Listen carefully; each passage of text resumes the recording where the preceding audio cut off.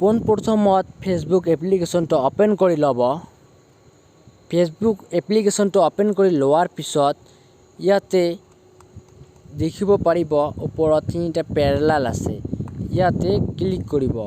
Click কৰাৰ পিছত তললৈ আহিব আৰু ইয়াতে সেটিংস এণ্ড প্ৰাইভেচি লিখা আছে, যেটো সেটিংস ইয়াতে ক্লিক কৰি দিব।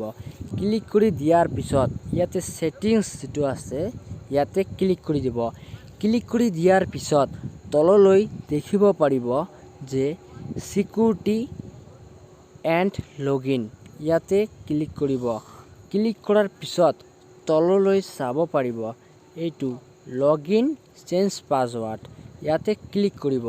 ক্লিক কৰাৰ পিছত বন্ধুসকল আপোনাৰ মোবাইলত ফেচবুকত যেটো আগৰ পাছৱৰ্ড আছে এই কাৰেণ্ট পাছৱৰ্ডত দিব লাগিব।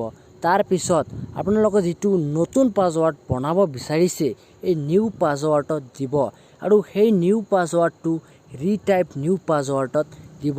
দিয়াৰ পিছত ইয়াতে সেভ চেঞ্জ মাৰি দিলে হৈ যাব। ইয়াতে সেভ চেঞ্জ মাৰি দিলে পাছৱৰ্ডটো চেঞ্জ হৈ যাব। তো বন্ধুসকল মোৰ চেনেলত মই জেনুইন কন্টেন্ট লৈ আহি থাকিম। তো বন্ধুসকল যদি আপোনালোকে মোৰ চেনেলত নতুন হৈ থাকে তেনেহ'লে চেনেলটো সাবস্ক্ৰাইব কৰি বেল আইকনটো দবাবলৈ নাপাহৰিব আৰু যদি ভিডিওটো ভাল লাগে তেনেহ'লে এটা লাইক কৰিবলৈ নাপাহৰিব। তো বন্ধুসকল আজিৰ ভিডিওটো এইখনতে শেষ।